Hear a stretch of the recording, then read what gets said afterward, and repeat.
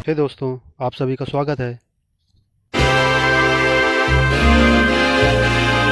सपने वो नहीं जो हम नींद में देखते हैं, सपने वो हैं जो हमको नींद नहीं आने देते।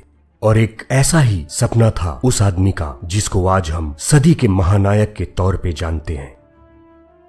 मैं उनकी बात कर रहा हूं जिनका परिचय करवाने की जरूरत नहीं है। मैं बात कर रहा हूं अमिताभ बच्चन की। चाहे लड़का हो या लड़की, माँ बाप के लिए दोनों बराबर होने चाहिए।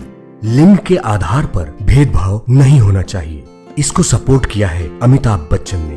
उन्होंने कहा है कि उनकी मृत्यु के बाद उनकी प्रॉपर्टी को उनके सन और डॉटर अभिषेक और श्वेता के बीच में आधी आधी बांट दी जाए। हमारे देश में जो भी लड़के और लड़कियों को बराबर नहीं मानते, उनके लिए ये एक बड़ी सीख है। अमिताभ बच्चन की जिंदगी के बारे में आपको बहुत से वीडियो मिल जाएंगे, लेकिन उनकी जिंदगी के कुछ पहलुओं के बारे में एक बार फिर से जान लेने में कोई बुराई नहीं है, क्योंकि अमिताभ बच्चन की कहानी आपको मोटिवेट जरूर करेगी। अगर आप संघर्ष करते हुए थक चुके हैं और फिर भी आपको सफलता नहीं मिल पाई है, तो एक बार जरूर आप अमिताभ बच्चन की जिंदगी की कहानी सुनिए। तो आइए आपको मैं सुनाता हूँ कहानी बॉलीवुड के शहंशाह, सदी के महानायक, angry young man, superstar Amitabh Bachchan की। अमिताभ बच्चन की सफलता की कहानी तो सभी को मालूम होगी, किसी को ज्यादा मालूम होगी और किसी को कम। इस वीडियो का मकसद जहां एक तरफ आपको अमिताभ बच्चन की जिंदगी के बारे में थोड़ी सी जानकारी देना है, वहीं दूसरी तरफ मैं इस बात पर भी फोकस करना चाहता हूं कि महान लोगों के जीवन के बारे में मोटिवेशनल और इंस्पायरिंग स्टोरी पढ़ने के बाद भी हम क्यों नहीं आगे बढ़ पाते, और अगर हमको आगे बढ़ना है तो कैसे बढ़ना चाहिए। किसी ने सच ही कहा है कि महानता कभी ना गिरने में नहीं, बल्कि हर बार गिर के उठ जाने में है। अमिताभ बच्चन को एक सफल कलाकार के रूप में सभी जानते हैं, पर उनकी सफलता के पीछे छुपे संघर्ष को कुछ लोग ही जानते हैं। अमिताभ बच्चन की कई फिल्में फ्लॉप भी हुई। फिल्मों के अलावा उनकी जिंदगी में कुछ परेशानियां भी आई। इस वीडियो में मैं उनके संघर्ष के बारे में बात करूंगा और इस बात पे भी गौर करूंगा कि उन्होंने मुश्किलों का सामना कैसे किया। वो गिरे, गिर कर उठे, उठ कर चले। थाली पे तुम्हारा नहीं, हमारा नाम लिखा है। कौन हो तुम? हम भी वो हैं जो कभी किसी के पीछे नहीं खड़े होते। जहाँ खड़े हो जाते हैं, लाइन वहीं से शुरू होती है। नंबरदार। फिल्मों में आने से पहले भी अमिताभ बच्चन ने संघर्ष किया। अमिताभ बच्चन जिनकी यूनिक आवाज के हम सभी दीवाने हैं, वही Amitabh Bachchan all India radio के वॉइस टेस्ट में फेल हो गए थे। बॉलीवुड में अपनी किस्मत आजमाने से पहले Amitabh Bachchan all India radio में एक उद्घोषक बनना चाहते थे। उन्होंने ऑल इंडिया रेडियो के स्टूडियो के बहुत सारे चक्कर लगाए, लेकिन उनको कभी भी टेस्ट में पास नहीं किया गया। अमिताभ बच्चन की वॉइस को रिजेक्ट करने वाले थे फेमस एंकर अमीन सायानी। अमीन सायानी बताते हैं कि वो बहुत बिजी रहते थे अपने प्रोग्राम्स में और अमिताभ बच्चन बिना अपॉइंटमेंट के उनसे मिलने चले आते थे। आगे अमीन सायानी ये भी बताते हैं कि जब उन्होंने अमिताभ बच्चन को आनंद फिल्म में देखा तो उनको विश्वास नहीं हुआ, क्योंकि जो दुबला पतला आदमी उनके पास ऑडिशन के लिए आता था वो फिल्म में ऐसा दिखता है। हालांकि अमीन सायानी ने कहा कि उनको इस बात का अफसोस है कि उन्होंने अमिताभ बच्चन का ऑडिशन नहीं लिया या उनको ऑडिशन में फेल किया, लेकिन साथ ही साथ उन्होंने ये भी कहा कि एक तरह से ये अच्छा ही हुआ मेरे लिए और अमिताभ बच्चन जी के लिए। अगर अमिताभ बच्चन रेडियो पे उद्घोषक बन जाते तो मैं सड़क पे आ जाता और इसके साथ ही साथ इंडियन सिनेमा एक सुपरस्टार को खो देती। अमिताभ बच्चन को जब रेडियो पे सफलता नहीं मिली तो उन्होंने फिल्मों में कोशिश की, और काफी कोशिशों के बाद जब अमिताभ बच्चन निराश होने लगे और उन्हें लगा कि अब उनका बॉलीवुड में कोई चांस नहीं है और उन्हें बॉलीवुड छोड़ के चले जाना चाहिए, तभी उनको एक रोल मिला फिल्म 7 हिंदुस्तानी में। ये फिल्म ज्यादा सफल तो नहीं हुई, लेकिन इस फिल्म में अमिताभ बच्चन को अवार्ड जरूर मिला। उनके काम के लिए बहुत से लोगों ने उनकी तारीफ भी की।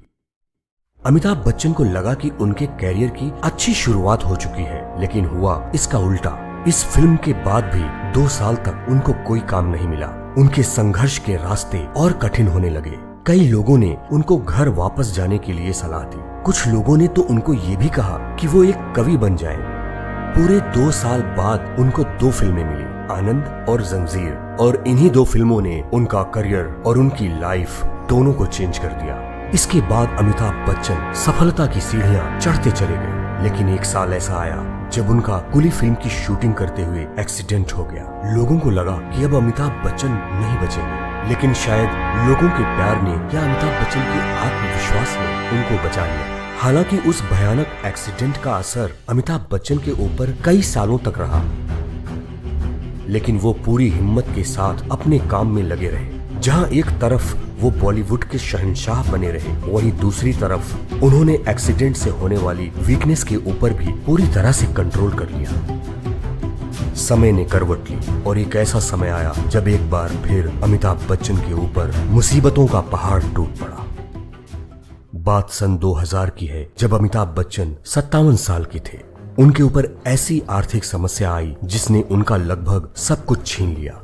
सन 2000 जब सारी दुनिया न्यू सेंचुरी को सेलिब्रेट कर रही थी, अमिताभ बच्चन के पास न कोई फिल्म थी, न पैसा, न कंपनी, और थे तो बस हजारों लीगल केसेस और टैक्स अथॉरिटीज के नोटिसेस। जरा आप सोचिए, बहुत सारे लोग या तो कुछ बड़ा करने की कोशिश ही नहीं करते और बहुत सारे बड़े लोग मुसीबत आने पर बुरी तरह से टूट जाते हैं। लेकिन अमिताभ बच्चन संघर्ष करते रहे, लड़ते रहे और जीत भी हासिल की अपनी मुसीबतों के ऊपर। उन्होंने फिर से एक नई शुरुआत की टेलीविजन शो कौन बनेगा करोड़पति से, और साथ ही उन्होंने एक फिल्म भी की, मोहब्बतें। हालांकि अमिताभ बच्चन की वाइफ जया बच्चन ने उनके इस डिसीजन पर थोड़ा शक भी किया कि क्या टेलीविजन के एक प्रोग्राम पे बॉलीवुड के सुपरस्टार का जाना ठीक रहेगा। लेकिन अमिताभ बच्चन का कहना था कि बेगर्स कांट बी चूजर्स, यानी जिसके पास कुछ नहीं है उसको कुछ भी चुनने का अधिकार नहीं होता, इसलिए जो मिलता है ले लो। अपनी पत्नी, दोस्तों और सलाहकारों की सलाह के बावजूद अमिताभ बच्चन ने कौन बनेगा करोड़पति पे एंकर बनने का फैसला किया, और साथ ही साथ उन्होंने टीवी कमर्शियल्स भी किए। और इतने संघर्षों का क्या नतीजा हुआ? और इसका ये नतीजा हुआ कि अमिताभ बच्चन ने अपने ऊपर से 90 करोड़ का पूरा कर्ज उतार दिया। अमिताभ बच्चन ने एक बार कहा था कि आपका दुर्भाग्य या तो आपको खत्म कर देगा या फिर वो आपको ऐसा इंसान बना देगा जो कि आप वास्तव में हैं। अमिताभ बच्चन असफल हुए अपनी जिंदगी में, लेकिन उन्होंने हिम्मत नहीं हारी। उनका मानना है कि जो हो गया सो हो गया, लेकिन मैं अपनी असफलताओं से सीखता हूँ और जो गलती मैंने पहले की है उसको वापस नहीं दोहराता हूँ। अगर आप अमिताभ बच्चन को अपना रोल मॉडल बनाना चाहते हैं तो कुछ गलत नहीं करेंगे। जरूरी नहीं कि आप फिल्म स्टार ही बनना चाहते हैं और तभी आपको अमिताभ बच्चन को अपना रोल मॉडल बनाना चाहिए।